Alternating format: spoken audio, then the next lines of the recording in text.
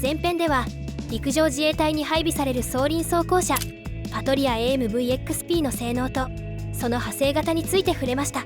まだ見ていない方は概要欄にリンクを貼っておきますのでそちらからどうぞ。ちなみに前編の追加情報になりますが、令和元年防衛白書の中に進駐希望においては例えば陸自の次期双輪装甲車の人員輸送型、指揮通信型、患者輸送型などのファミリー化車両を整備するとともにという一文を発見しました。やはりこういった派生型は最初から計画に含まれていたようです。 AMVXP の指揮通信型や患者輸送型は海外ではこのようなものが存在しています。これらの車両を日本で見る日もそう遠くないということですね。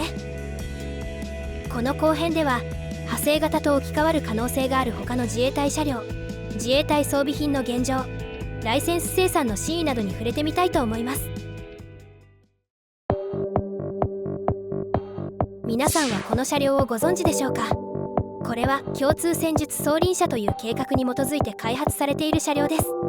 計画については知られていたものの、どの程度進んでいるか公開されていなかったため、この2022年9月29日に初めて完成車体が目撃され、計画を知る報道関係者を驚かせました。これはヒトロク式機動戦闘車の車体をベースに他の車種も開発するという計画で、車体上部を開発するだけで派生型が作れるのでファミリー化構想とも呼ばれています。これにより開発や製造、整備にかかるコストを大幅に減らせるメリットがあり、パトリア AMV を見ても分かる通り海外でもよく見る開発方法です。防衛省ではこの計画の車両をヒトロク式機動戦闘車と連携して即応戦力にすることも考えており、名前やコンセプトは似てますが次期双輪装甲車とは全く別枠で進んでいる計画です。そのため歩兵戦闘車に見えるこちらの車両は現行の89式装甲戦闘車の後継ではなく双輪歩兵戦闘車という新しい種別の車両です。計画の使用書では無人砲塔となっており、砲塔に乗員用ハッチはあるものの戦闘時は下の車体内から操作するというものです。一見装甲車に見えるこちらも使用書と照らし合わせると内部に迫撃砲を搭載した機動迫撃砲という新しい種別であることが分かります。このほか車両は未確認ですが、計画の使用書では偵察戦闘型という双輪歩兵戦闘車に極めて近い形状の車両も計画されており、これは事実上87式偵察警戒車の後継と目されています。ただヒトロク式機動戦闘車で後継の代用にするという話もあり、87式偵察警戒車の後継問題はまだ先行き不透明な状態です。ちなみにキャタピラ車両の車体を共通させる計画は共通戦術装甲機動車としてすでに試験車両が完成し実地試験が続いています。89式装甲戦闘車の後継や73式装甲車の後継のような車両も目撃されています。こちらはこちらで気になりますよね。もう少し情報が出たら動画化したいと思います。話を戻しまして、三菱ではこのようにヒトロク式機動戦闘車の車体をベースにさまざまな双輪車両を研究していますが、実はパトリア AMVXP に負けた三菱の双輪装甲車 MAV もその一つでした。次期双輪装甲車受注戦は共通戦術双輪車計画の後だったので、三菱としてもヒトロク式機動戦闘車をベースに MAV を開発することができ、ベースが同じ以上これらファミリー車両たちと製造や現場での整備にメリットがあることも提示していました。しかしそれでも経費面も基本性能もパトリア AMVXP の方が優秀という結果でした。そうなると同じベース車両で作られたこれらも立場が危うくなってきます。パトリア車のベース車両が優秀ならその派生型も基本性能や経費面は優秀な可能性が高いです。しかも防御能力は実戦で証明された世界トップレベルの性能です。さらに他国でも採用実績が多数あり、第一線で現役で活躍している車両たちです。つまり三菱ファミリーよりパトリアファミリーの方が性能もコスパも良く信頼性もあるということになります。その状況でどちらか選ばなくてはならないとなった時、防衛省は何を考えるでしょうか。またパトリア社がこの共通戦術双輪車計画を知った時、自社の車両を提案しないことなどあり得るのでしょうか。もし計画が見直された場合、当然歩兵戦闘型は AMVXP の同クラス派生型に、機動迫撃砲はパトリアネモなどの選択肢も見えてきます。あくまで可能性の話なのでキリがありませんが、例えばもしヒトロク式機動戦闘車とパトリアネモの組み合わせで行動した場合、三菱とパトリアの組み合わせから現場の基地で整備性などに混乱が生じるのではと思うかもしれません。ですがそもそも装輪装甲車として AMVXP が圧倒的に配備されるため、各基地の整備環境は当然パトリア車体の方が整っています。もともとヒトロク式車体との共通メリットを捨ててでも採用した車両なので当然の話ではありますが、そこを考えるとやはりヒトロク式車体をベースにファミリー化を進めるという共通戦術装輪車計画も今となっては再検討の余地が出てくると思うのです。この共通戦術装輪車は現在開発業者が三菱に決まっているだけで、その先の量産配備や計画の進行自体も全てはこの試験車両の性能とコストとその時の情勢で決まります。現段階でこの計画の続報はありませんが、どちらにせよ今回のパトリア AMVXP 選定により計画を見直す価値が生まれたのは確かです。ちなみにヒトロク式機動戦闘車は配備済みなので、無理やり AMV の駆逐戦車にすることはないと思われますが、ヒトロク式が退役するまでに国産技術がパトリア車の域に達していなかった場合は後継車両の候補に上がるかもしれませんね。ここまで聞くと日本の国防が海外メーカーにどんどん追いやられているようで、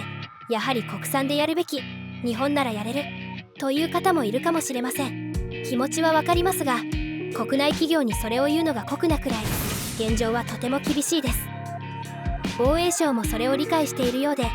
国内企業のことを考え今回の AMVXP については最初の29両は購入になりますが、最終的には国内防衛生産技術基盤への裨益に鑑み、その取得にあたっては日本企業受注によるライセンス国産を追求するとしています。海外製品をライセンス生産することが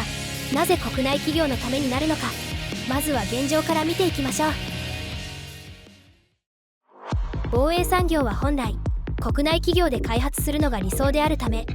日本でも長年車両開発を三菱や小松などに任せてきました。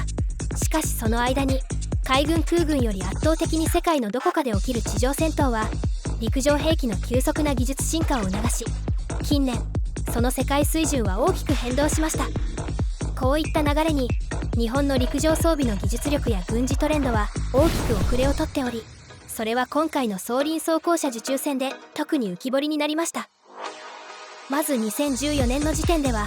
次期装輪装甲車を担当するのは小松に決まっていました。2017年1月には試験車両が完成し防衛省に納入されテストが始まります。この試験車両は経費削減のために小松が以前担当した NBC 偵察車をベースに作られましたが、設計に無理があったのか不整地の走行では振動がひどく、装甲車以前に車両性能に問題があることが発覚し、さらに防弾性能も箇所によってばらつきがあることが判明しました。これらが予算内で改善する見込みがないことが決定的となり、2018年7月にはこの事業から撤退します。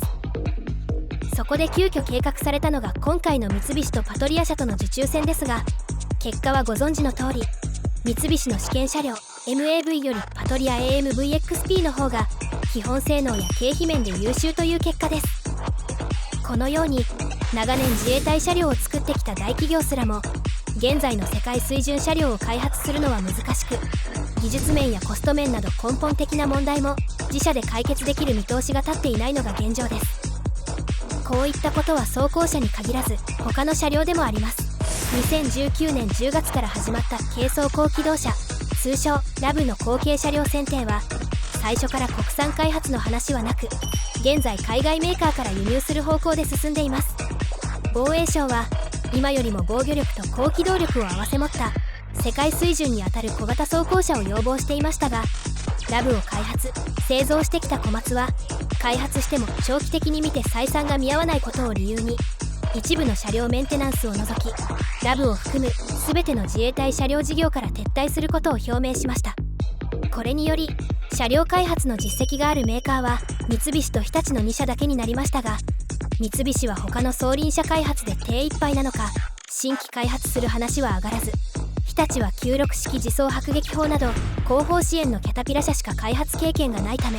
この事業に消極的で参入すらしませんでした。簡単に言えば全てのメーカーが開発に向ける余裕や気力を失っている状態でした。この事業は現在海外からの輸入候補として三菱がタレスオーストラリア社のハウ K を提案し、またマルベニエアロスペース社も候補選定に参入し、こちらはスイス陸軍など欧州で採用実績のあるモワク社のイーグルを提案して、この2種で選考が進められており、令和7年の配備を目指しています。また細かい技術力で言えば陸上自衛隊が未だに装備していない RWS の問題があります。これはリモートウェポンシステムの略で、遠隔操作式の無人射撃装置のことです。機関銃やグレネードランチャーに暗視装置、ビデオカメラ、自動追尾装置、弾道計算システムなどが統合されており、これにより敵の索敵から射撃まで全て車内のモニター越しで完結することができます。暗視装置により夜間の索敵も容易で、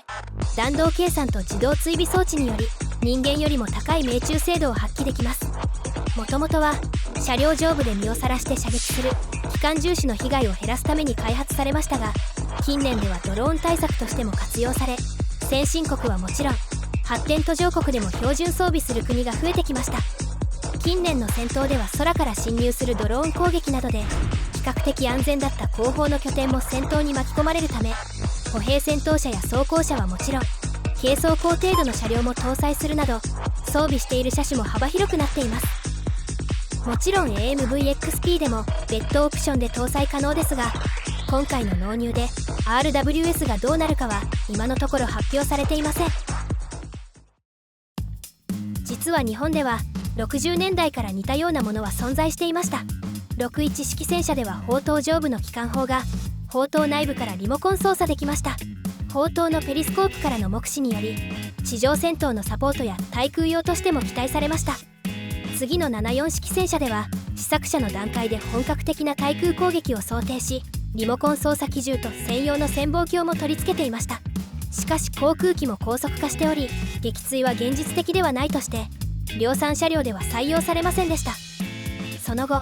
NBC 環境下、つまり細菌兵器や毒ガスなどで汚染されたエリアの戦闘を想定し、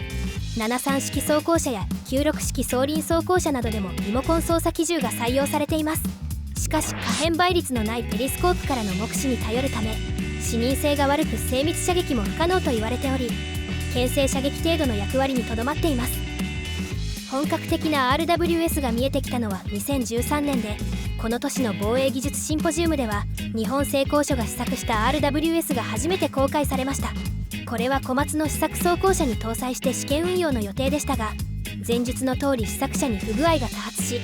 2018年の撤退とともに試験運用も中止となりました。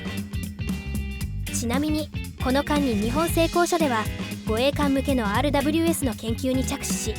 これが現在水上艦艇用機関銃化として護衛艦白縫や最上型にも配備されています。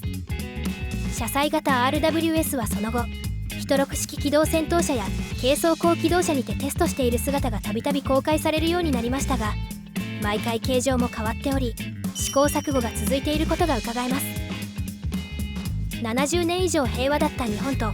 さまざまな陸上戦闘に応えてきた海外メーカーとでは技術力に差が生まれるのは当然の話なのかもしれません。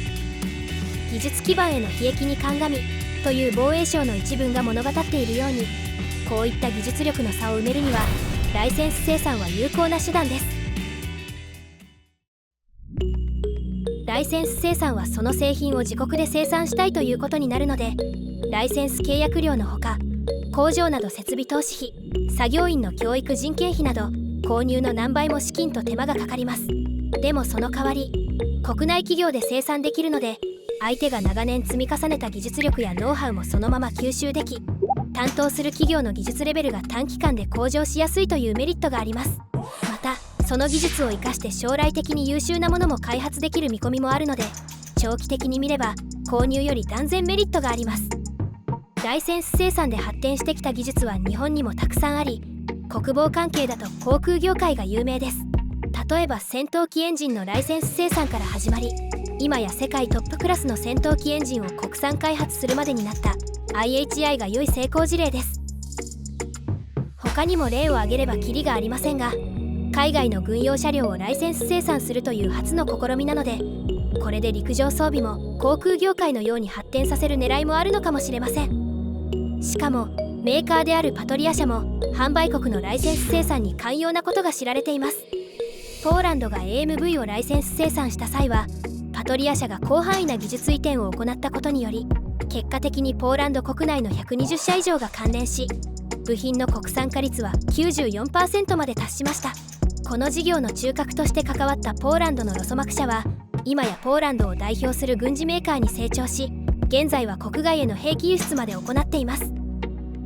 スロバキアでも可能な限り技術移転や現地生産を行い、スロバキア企業の発展や雇用創出、国の軍事能力向上に大きく貢献したと言われています。こういったことからパトリア社が欧州に生み出した雇用創出は3000名以上とも言われており、相手国の防衛産業の発展とその企業を成長させる貢献度は欧州などで高く評価されています。パトリア社は他にも陸海空統合システムなど電子的インフラ設備や海中の機雷を音響で無効化する掃海装置、戦闘機のフライトシミュレーター開発など多彩な軍事的技術力を提供している会社です。日本に進出した際のパトリア社は、日本のパートナーにさらなる高付加価値サポートを提供できるものと確信しているとコメントしていました。防衛省がもしこういった長期的で大規模な高付加価値まで考慮して AMVXP を選定したのなら、今後の自衛隊装備品のみならず防衛産業の発展や雇用創出にも良い影響をもたらす可能性は高いと言えます。このパトリア AMVXP が防衛産業と技術力発展の第一歩になることを祈るばかりです。いかがでしたか？三菱の共通戦術装輪車の行方やライセンス生産からもたらされる技術基盤の発展、パトリア社との将来的な付加価値など、今後の展望に目が離せないことばかりです。この後編ではいつもより個人的な考察も多めにお話しさせていただきました。皆さんの考察のお役に立てれば幸いです。もちろん意見は人によって分かれますので、皆さんの考えや理想もぜひコメント欄で聞かせてください。さらに深掘りしてほしい内容や扱ってほしいネタなどあれば、そちらもコメントしていただけると嬉しいです。今後の動画作りの参考にいたします。前編ではたくさんの高評価やコメントもありがとうございます。今後とも評価やコメント、チャンネル登録をよろしくお願いいたします。最後に前編動画のコメント欄で意見が多い2つの話題が気になったので、そちらも回答して終わりにしたいと思います。1つ目は AMVXP は全幅 2.8 メートルなので、道路交通法で規定されている全幅 2.5 メートル以内の交通規制に引っかかるのではという話です。よく知ってますね。私も知らなかったので調べてきました。道路交通法などでは一般道路を走行する車両の長さや重さなどに規定を設けています。その一つが車両全幅 2.5 メートル以内というもので、 AMVXP は全幅が 2.8 メートルなため規制に引っかかり、扱いにくい車両になるのではないかというお話です。規定寸法を超える車両は特殊車両などの扱いになるため、走行する際は事前に許可申請書を作成し、通行予定の道路管理者に申請します。数日から数週間後に結果が通知され、許可をもらえれば有効期限内に限り走行が可能となります。申請書作成のためにいくつかの書類を用意したり、許可をもらえるまで平均 2,3 週間という話もあり大変そうですが、実は自衛隊車両の場合は今言った申請手続きが全て免除され、事前に通行通知書を道路管理者に送付するだけで走行が可能となっています。これがその通行通知書の記入例ですが、記入項目も車両の型式や走行日時など民間に比べればはるかに簡略されています。また緊急を要する場合は書面すらも省略し、電話での通知でも許可されています。もちろんその車体サイズで通れるか、事前に専用のマップを使って道路上の障害物を調べたり、全長が長いトレーラーでは法律にのっとった誘導車が必要かなど確認しますが、そこは民間も一緒ですね。とはいえ現行の96式双輪走行車はこの部分を頑張っていて、全幅 2.48 メートルとギリギリセーフな仕様になっていたため、通知なしで一般道を走行できました。そうなると AMVXP は海外製だから大きいのかと思われるかもしれませんが、実は三菱が提案していた MAV は全幅 2.97 メートルとさらに大きいものでした。これは防衛省が要望したもので、計画の使用書でも全幅は 3000 ミリ未満、努めて2750ミリ未満とすると記載されています。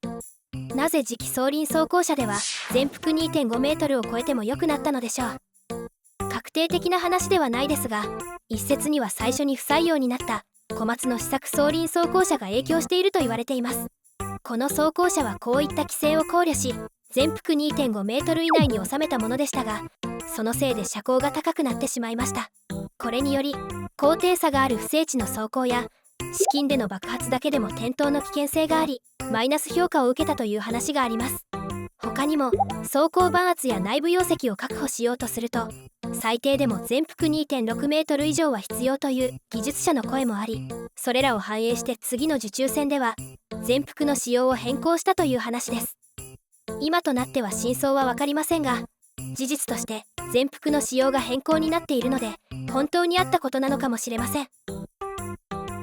10式戦車や90式戦車、16式機動戦闘車もよく一般道で目撃されていますが、